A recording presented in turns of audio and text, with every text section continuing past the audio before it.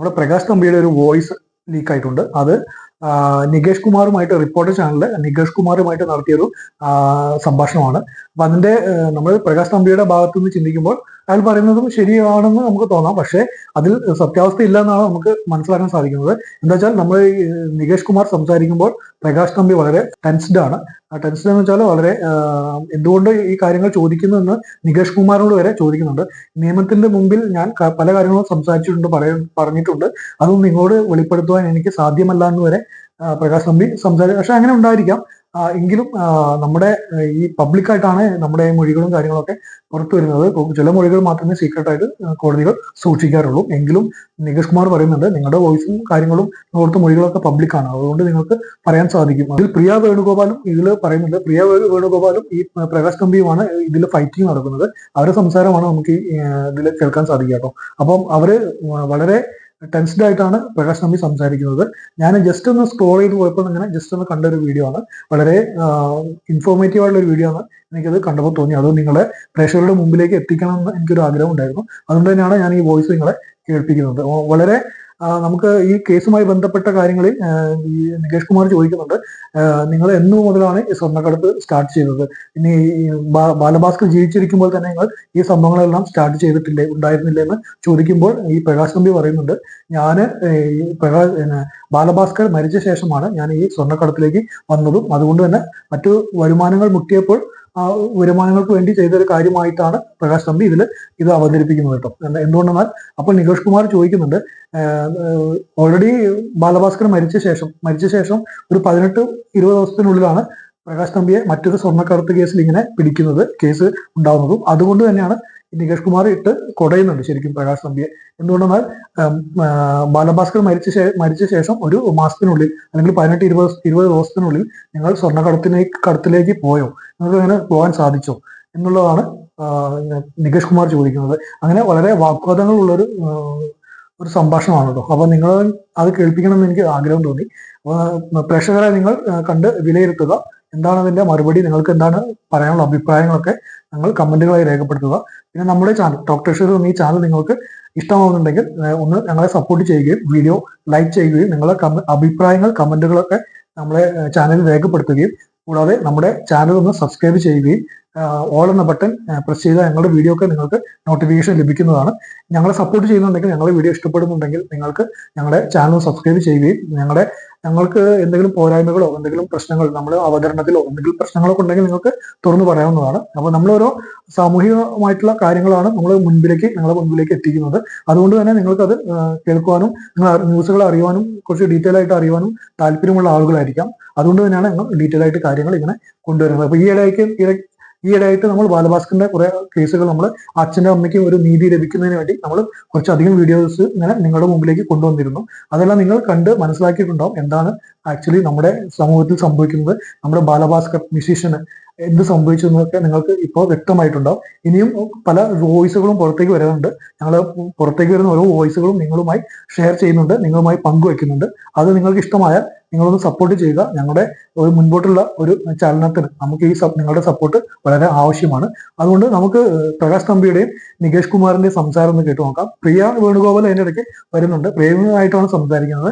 എങ്കിലും നികേഷ് കുമാറായിട്ട് നല്ല ഫൈറ്റിംഗ് ഉണ്ട്. നമുക്ക് ആ സംഭാഷണത്തിലേക്ക് ഒന്ന് പോയിട്ട് വരാം.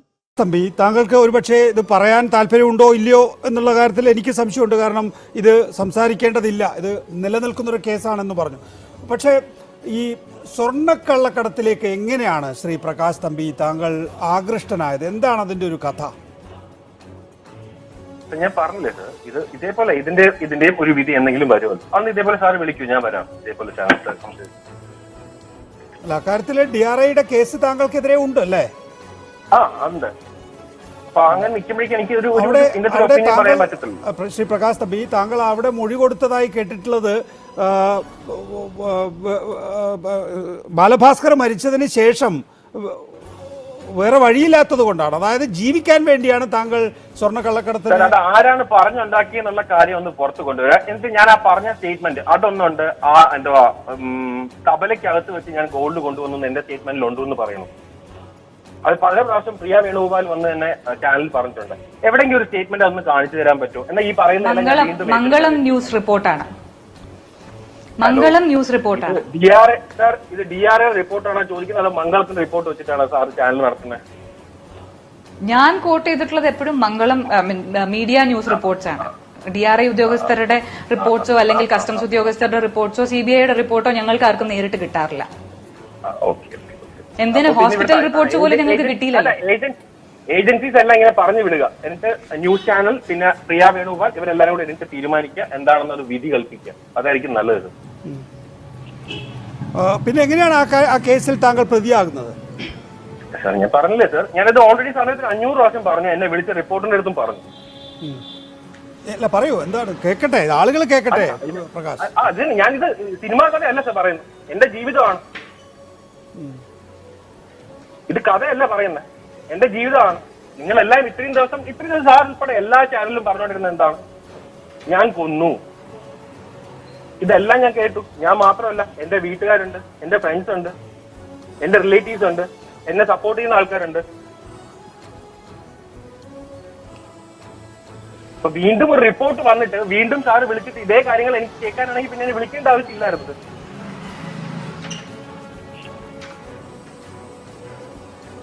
DRAക്ക് താങ്കൾ കൊടുത്ത മൊഴി എന്താണ്? പിന്നെ ഞാൻ പറഞ്ഞില്ല, മൊഴി വേണമെങ്കിൽ ഞാൻ സാറിന് കൊണ്ടുതരാം, ഒന്ന് പബ്ലിഷ് ചെയ്താൽ മതി. അതിനകത്ത് എന്താ പറഞ്ഞിരിക്കുന്നത് പറയൂ, കേൾക്കട്ടെ. ഇനിയിപ്പോ മൊഴി ഞാൻ കേട്ടാൽ നമുക്ക് അടുത്ത ചർച്ചയിലല്ലോ ഉപയോഗിക്കാം. ഇതൊരു സിനിമാ കഥയല്ല സാർ, ഇത് പറയാൻ വേണ്ടി കേട്ട് രസിക്കാൻ പറ്റിയ സിനിമാ കഥയല്ല.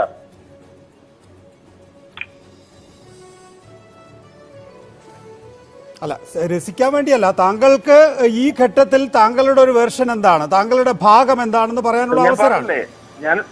ഞാൻ വീണ്ടും പറയുന്നു, അത് ഓൾറെഡി കോർട്ടിലുള്ള കേസാണ്. അതിൽ ഞാൻ ഒരു കാര്യവും പറയാൻ റെഡിയല്ല, അല്ലെങ്കിൽ എനിക്ക് പറയാനുള്ള അനുമതിയില്ല. ആരനുമതിയില്ല? കോടതിയിലുള്ള അനുമതിയില്ല. എന്താ കോടതിയിൽ നിന്ന് എന്ത് അനുമതിയില്ലാതെ? അത് ഈ ഒന്നും പറയാനില്ലാത്ത പ്രകാശ്, നമ്മൾ ഒരുപാട് കേസുകൾ കണ്ടിട്ടുള്ളതാണ്. അതൊക്കെ സബ്ജുഡീസ് ആണെന്ന് സാധാരണഗതിയിൽ പറയും. നിങ്ങൾ കൊടുത്ത മൊഴി മാത്രമാണ് ഞാൻ ചോദിക്കുന്നത്. മൊഴി ഞാൻ പറഞ്ഞില്ല, മൊഴിയുടെ കോപ്പി കൊണ്ടുതരാം. അത് പബ്ലിക് ഡോക്യുമെന്റ് ആണ്. അല്ല, ഞാൻ പറഞ്ഞു, ഞാൻ കേൾക്കൂ. അല്ല, അതാണ് ഞാൻ പറയുന്നത്. ഞാൻ താങ്കളുടെ മൊഴിയായി പറഞ്ഞിട്ടുള്ളത് എനിക്ക് വേറെ വഴിയില്ലാത്തത് കൊണ്ടാണ്, ബാലഭാസ്കർ മരിച്ചതിന് ശേഷം ജീവിക്കാൻ വേറെ വഴിയില്ലാത്തത് കൊണ്ടാണ് സ്വർണ്ണക്കള്ളക്കടത്തിലേക്ക് തിരിഞ്ഞത് എന്ന് താങ്കൾ മൊഴി നൽകിയതായിട്ടാണ് ഞാൻ വായിച്ചത്.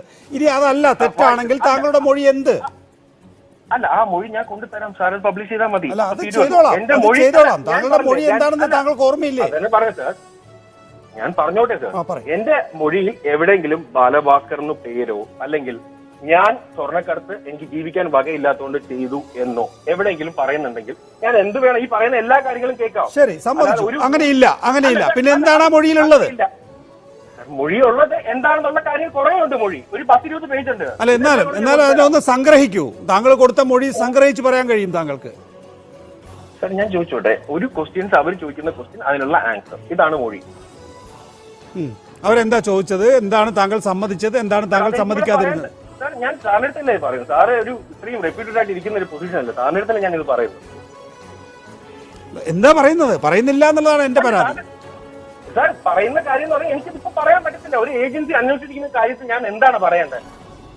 ശരി, അങ്ങനെ ആ കാര്യത്തിൽ താങ്കൾക്കൊന്നും പറയാനില്ല എന്ന് പറയാം.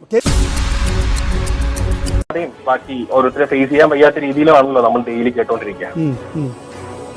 അപ്പൊ ഇനി ഏത് അന്വേഷണമാണെങ്കിലും താങ്കൾ തയ്യാറാണ് അന്വേഷണത്തിന് വിധേയമാകാൻ? എന്തിനു വേണോ ഇനി, എന്താ പറഞ്ഞ, എന്താണ് ഇനി ടെസ്റ്റ് ചെയ്യാനുള്ളത്?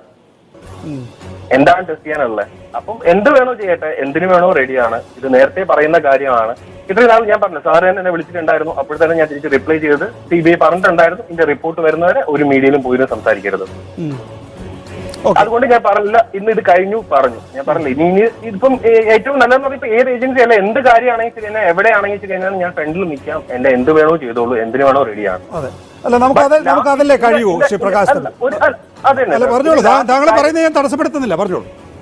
ഇതിന്റെ റിപ്ലൈ വരുമ്പോഴേ അല്ലെങ്കിൽ ഇതിന്റെ റിപ്പോർട്ട് വരുമ്പോഴേക്ക് തിരിച്ച് ഈ മീഡിയ അല്ലെങ്കിൽ ബാക്കിയുള്ള ആൾക്കാർ എന്താണ് ഇതിന്റെ ബാക്കിലുള്ള കാര്യം ഒന്ന് പുറത്ത് പറയണം.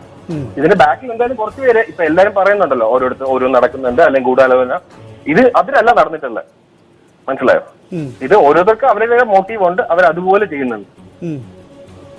ആർക്കാണ് മോട്ടീവ്? അല്ല, അതിപ്പം ഞാൻ പറയണ്ടല്ലോ, സാറിന് അറിയാം അല്ലെങ്കിൽ പബ്ലിക്കിന് അറിയാം. ഒന്ന് ഫസ്റ്റ് ഓഫ് ഓൾ. രണ്ടാമത്തെ കാര്യം, ഈ ചാനൽ ചർച്ച നടക്കാൻ വേണ്ടി ഈ വന്നിരിക്കുന്ന സമയത്തിന് ഒരു 10 മിനിറ്റ് വേണ്ട ലക്ഷ്മി ചേച്ചിയുടെ വീട്ടിൽ പോയിട്ട് ലക്ഷ്മി ചേച്ചി ഒന്ന് കാണാൻ. അതുപോലും കാണാൻ ആർക്കും താല്പര്യമില്ലാത്തവരാണ് ഈ ചാനൽ ചർച്ചയ്ക്ക് വന്നിരിക്കുന്നത്. പിന്നെ ഇതിൽ കൂടുതൽ ഞാൻ എന്താ പറയേണ്ടത്? ഞാൻ പറഞ്ഞു സാർ, ഇപ്പൊ ഏത് ഏജൻസി അല്ലെങ്കിൽ എന്ത് കാര്യമാണെങ്കിൽ വിളിച്ചു കഴിഞ്ഞാൽ ഞാൻ റെഡിയാണ് എപ്പോ വേണമെങ്കിലും. ശരി, ഇനി ഞാൻ ചോദിച്ചോട്ടെ, ഇതിനകത്തുള്ള സ്വർണ്ണക്കള്ളക്കടത്ത് ആംഗിൾ പരിശോധിച്ചില്ല എന്നാണ് പ്രിയ വേണുഗോപാൽ അല്ലെങ്കിൽ ബാലഭാസ്കറിന്റെ കുടുംബം ഇപ്പോഴും പറയുന്നത്. ഇതിനകത്ത് സ്വർണ്ണക്കള്ളക്കടത്തിന്റെ ഇൻവോൾവ്മെന്റ് ഉണ്ട് എന്ന സംശയം അവരെ സംബന്ധിച്ചിടത്തോളം ഈ അന്വേഷണം പൂർത്തിയാകുമ്പോഴും ഉണ്ട്. ശ്രീ പ്രകാശ് തമ്പി, ഇതിനകത്ത് സ്വർണ്ണക്കള്ളക്കടത്തിന്റെ ഇൻവോൾവ്മെന്റ് ഉണ്ട്, സ്വർണ്ണക്കള്ളക്കടത്തിൽ ഉൾപ്പെട്ടവർ ബാലഭാസ്കറിന്റെ മരണത്തിന് കാരണമായിട്ടുണ്ട് എന്നുള്ള സംശയം ഇപ്പോഴും ബാലഭാസ്കറിന്റെ കുടുംബത്തിനുണ്ട്. സാർ, ഞാനൊരു ബേസിക് ആയിട്ടൊരു കാര്യം പറഞ്ഞോട്ടെ. ഞാനിപ്പോ ഒരു കേസിലെ പ്രതിയാണ്, അതുകൊണ്ട് എനിക്ക് കൂടുതൽ കാര്യങ്ങൾ പറയാൻ പറ്റത്തില്ല. ബട്ട് എനിക്ക് ഒരു വളരെ ബേസിക് ആയിട്ടുള്ള ഒരു കാര്യം പറഞ്ഞോട്ടെ. DRA എന്ന് പറഞ്ഞിട്ട് ഒരു നാഷണൽ ഇൻവെസ്റ്റിഗേഷൻ ഏജൻസി അന്വേഷിക്കുന്ന കാര്യമാണ്. അതിന്റെ കേസിൽ എനിക്ക് വേറെ ഒരു കാര്യം പറയാനില്ല തൽക്കാലം. ബട്ട് സാറിന്റെ ഇൻഫർമേഷൻ അല്ലെങ്കിൽ പബ്ലിക്കിന്റെ ഇൻഫർമേഷന് വേണ്ടി ഒരു കാര്യം പറയാം. അവര് ഈ DRA പറയുന്ന കാര്യം തന്നെ സ്വർണ്ണക്കടത്ത് നടത്തി അല്ലെങ്കിൽ ഇവർ ഇതിൽ ഇൻവോൾവ് ആണ് എന്ന് പറയുന്ന ടൈം എന്ന് പറഞ്ഞാൽ November 18 to May 13 ആണ്. ഒന്നും കൂടെ 2019 November 18 to May 13 ആണ്. ഒന്നുകൂടെ ഡേറ്റ് സാർ ഒന്നുകൂടെ നോക്കുക.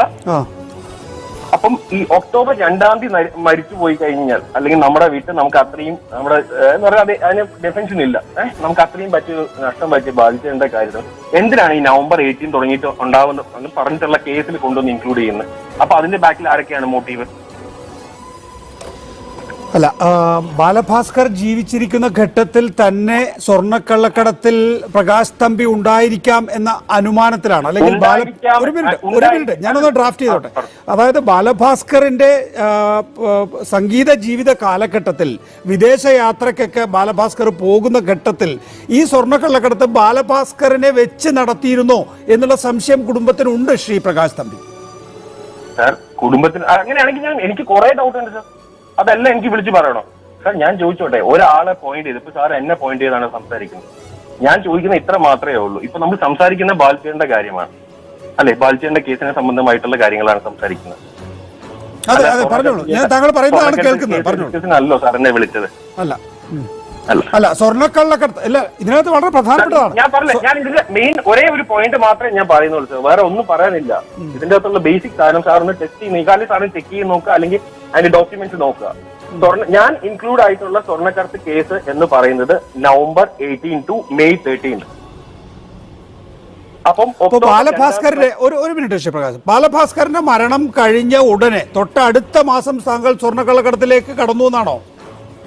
അല്ല, ഞാൻ പറഞ്ഞല്ലോ സാറേ, സാർ ഈ ഇന്റർവ്യൂവിന് വിളിക്കുമ്പോൾ തന്നെ അല്ലെങ്കിൽ ഇതിനെ വിളിക്കുമ്പോൾ തന്നെ ഞാൻ പറഞ്ഞിട്ടുണ്ടായിരുന്നു, ഗോൾഡ് കേസ് എന്ന് പറഞ്ഞാൽ ഇപ്പൊ DRA എന്ന് പറയുന്ന ഏജൻസി അന്വേഷിച്ചുകൊണ്ടിരിക്കുന്ന സാധനമാണ്, അത് കോടതിയിലുള്ള സാധനമാണ്. അതിനകത്ത് എനിക്ക് ഒരു കാര്യങ്ങളും പറയാനില്ല. അല്ല, അതിനകത്ത് എന്ന് വെച്ചാൽ ഇതിനകത്തുള്ള പ്രധാനപ്പെട്ട കാര്യം സ്വർണ്ണക്കള്ളക്കടത്തുകാര് ബാലഭാസ്കറിനെ അപായപ്പെടുത്തിയിട്ടുണ്ടാകാം എന്ന സംശയം ഞാൻ ചോദിച്ചോട്ടെ, ഒരു സിമ്പിൾ ആയിട്ട് കാര്യം ചോട്ടെ, ഏതെങ്കിലും ഏജൻസി പറയുന്നുണ്ടോ അത്? അല്ല, ബാലഭാസ്കറിന്റെ മരണവുമായി ബന്ധപ്പെട്ടാണ് ഏതെങ്കിലും ഏജൻസി പറയുന്നുണ്ടോ എന്ന് താങ്കൾ ചോദിച്ചതെങ്കിൽ ബാലഭാസ്കറിന്റെ മരണത്തിന്റെ കുറ്റപത്രം പുറത്തു വന്നിരിക്കുന്നു. അതിൽ സ്വർണ്ണക്കള്ളക്കടത്തുമായി ബന്ധപ്പെട്ടല്ല ബാലഭാസ്കർ മരിച്ചത് എന്നാണ് അവരുടെ നിഗമനം. ഓക്കെ, ഫസ്റ്റ് സാർ പറഞ്ഞ കാര്യം ക്ലിയർ ആയി. സെക്കൻഡ് കാര്യം, DRAയുടെ കേസിൽ, ഞാൻ പ്രതിയായിട്ടുള്ള കേസിൽ അവർ പറയുന്ന ടൈം പീരീഡ് എന്ന് പറഞ്ഞു കഴിഞ്ഞാൽ November 18 to May 13. അല്ല ശ്രീ പ്രകാശ് തമ്പി, എൻ്റെ ഒരു സംശയമാണ്, താങ്കൾ DRA കേസിൽ മാത്രമാണ് ഇപ്പം കുറ്റാരോപിതനായിട്ടുള്ളത്, CBIയുടെ കേസിൽ ഇപ്പോൾ കുറ്റാരോപിതനല്ല. വളരെ മാന്യമായിട്ടാണ് എൻ്റെ ചോദ്യം. നോക്കൂ, ബാലഭാസ്കറിന്റെ മാനേജറായിരുന്ന സന്തത സഹചാരിയായിരുന്ന ഒരാൾ ബാലഭാസ്കർ October 2 മരിക്കുന്നു. ഉടനെ താങ്കൾ അടുത്ത മാസം November 18, അതായത് വെറും ഒരു മാസം, ഒരു മിനിറ്റ് ഞാൻ പൂർത്തിയാക്കിയില്ലല്ലോ, ഒരു മാസവും വെറും 10 ദിവസവും കഴിയുമ്പോഴേക്കും ആ ആള് പോയി സ്വർണ്ണക്കള്ളക്കടത്തിൽ പങ്കെടുക്കുന്നു എന്നാണോ മനസ്സിലാക്കേണ്ടത്? അപ്പോ സാധാരണഗതിയിലുള്ള അനുമാനം ബാലഭാസ്കറിനെ ഉപയോഗിച്ച് സ്വർണ്ണക്കള്ളക്കടത്ത് നടത്തിയിട്ടുണ്ടാകില്ല, അങ്ങനെ സംശയിക്കാൻ ബന്ധുക്കൾക്ക് ന്യായമായ അവകാശമില്ലേ? സാർ, അതാണല്ലോ ഇപ്പൊ ഇവിടെ പ്രൂവൻ ചെയ്തത്. അതെ, അത് അന്വേഷിച്ചിട്ടില്ല എന്നുള്ളതാണ് ഇപ്പോൾ കുടുംബാംഗങ്ങൾ പറയുന്നത്. അപ്പൊ അല്ല, അത് പറയുന്നെങ്കിൽ സാർ എന്റെ അടുത്തല്ല ചോദിക്കുക. അല്ല, തീർച്ചയായിട്ടും അത് അവർ കോടതി പോയിക്കോട്ടെ. എന്റെ അടുത്തല്ല ചോദിക്കുക. ഒന്നി അവരടുത്ത് ചോദിക്കുക, അല്ലെങ്കിൽ അടുത്ത ഏജൻസി ഏതാണോ അവരുടെ കോടതി പോയിക്കോട്ടെ. അതിലൊക്കെ അക്കാര്യത്തിലും താങ്കൾ പറയുന്നതാണ് ശരി. ഞാൻ താങ്കളുടെ കൂടെ നിൽക്കുന്നു. ഞാനിതാ കുറ്റവിമുക്തനായിരിക്കുന്നു ഈ നിലയിൽ എന്ന് താങ്കൾക്ക് കൃത്യമായി പറയാം. അതിനകത്തൊന്നും ഞാൻ തെറ്റു പറയില്ല. പിന്നെ ലക്ഷ്മിയെ കാണാൻ പോയാൽ ഇവിടെ 1 മണിക്കൂർ ചർച്ചയ്ക്ക് ഇരിക്കുന്നതിനേക്കാൾ നല്ലത്, അല്ലെങ്കിൽ അത്രയും സമയം വേണ്ടല്ലോ, 10 മിനിറ്റ് പോരെ ലക്ഷ്മി ചേച്ചിയെ കാണാൻ പോകാൻ, ലക്ഷ്മി ചേച്ചിയെ കാണാൻ പോകാൻ എന്ന് പറയുന്നത്. ലക്ഷ്മി ചേച്ചിയെ കുടുംബാംഗങ്ങൾ അങ്ങോട്ട് ചെന്ന് കാണാത്തതാണോ, അതോ ലക്ഷ്മി ചേച്ചി അവിടെ ഇവരെ കാണേണ്ടതില്ല എന്ന തീരുമാനമെടുത്ത് അടച്ചിട്ടിരിക്കുകയാണോ? ഇതാരാ പറയുന്നത്? അല്ല, ഞാൻ ചോദിക്കുകയാണ് താങ്കളോട്. അല്ല, അപ്പം അത് ഞാനല്ല അതിന് ഉത്തരം പറയേണ്ടത്. ലക്ഷ്മിയുടെ വീട്, ആ വീട്ടിലെ CCTV ഉണ്ടെന്നും ആ CCTVയുടെ കൺട്രോൾ പ്രകാശ് തമ്പിയുടെ കയ്യിലാണോ? സാർ, ഇത് ഞാൻ ക്രൈംബ്രാഞ്ച് മുതൽ അവർ എല്ലാ ഏജൻസിയും ഇതിന്റെ ഫുൾ ഡീറ്റെയിൽസ് എടുത്ത് ചെക്ക് ചെയ്തിട്ടുള്ളതാണ്. അങ്ങനെ ഒരു കാരണം, അങ്ങനെ സാർ വേറെ ഒന്നും വേണ്ട, അതിന്റെ ഒരു പ്രൂഫ് മാത്രം തന്നു കഴിഞ്ഞാൽ ഇനി ഇവരെന്തൊക്കെ